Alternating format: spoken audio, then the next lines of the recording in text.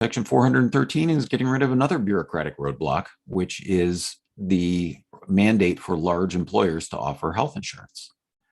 Now, I've been a small business owner, and, when you start a business, it's because you have a specific, service or good or thing that you want to offer. You don't start a business because you want to provide health care to the people who work for you. Unfortunately, because in this country we've sort of coupled those two things together, it is a barrier and a burden for business. So the Affordable Care Act, it requires employers with 50 or more full-time equivalent employees to provide health coverage to at least 95% of their full-time employees. And it also sets minimum baselines for coverage and affordability, some of the things I referred to in the last section. Now, if employers don't do this, then they face annual penalties of, if they don't offer coverage, it's $2,750 per full-time employee for the 31st and upwards. Or if their offering isn't, quote, affordable or providing minimum value, then it's a $4,120 fine for any employee who qualifies for a subsidy on the marketplace. And so once again, we've created a disincentive. If you're a restaurant that has, 50 or 60 employees, you've got an incentive not to expand, not to give them full-time employment. You've got an incentive to keep them at under 30 hours a week so that you don't trigger this mandate. You've got, an incentive not to expand too much, where all of a sudden you will have this new regulatory burden put on you. And we can take that burden off of business by offering a public option for health insurance and repealing the large employers' health insurance mandate.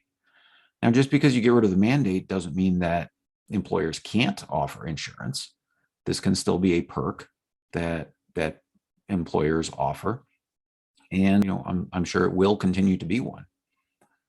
But by getting rid of the mandate, it will again make the public option more accessible to larger numbers of people, so that we can, the bigger the pool of participants in the public option, the lower rates that the government would be able to negotiate and keep costs down. So taking burdens off of business is an important part of this section. And with that, Mr. Chair, I think that concludes my testimony for Section 413, and be happy to answer any questions. Thank you. Yes, it seems like part of this provision originally was fueled by this assumption that most people get by on one job, but the reality is that's not true, particularly if you can't work more than 30 hours.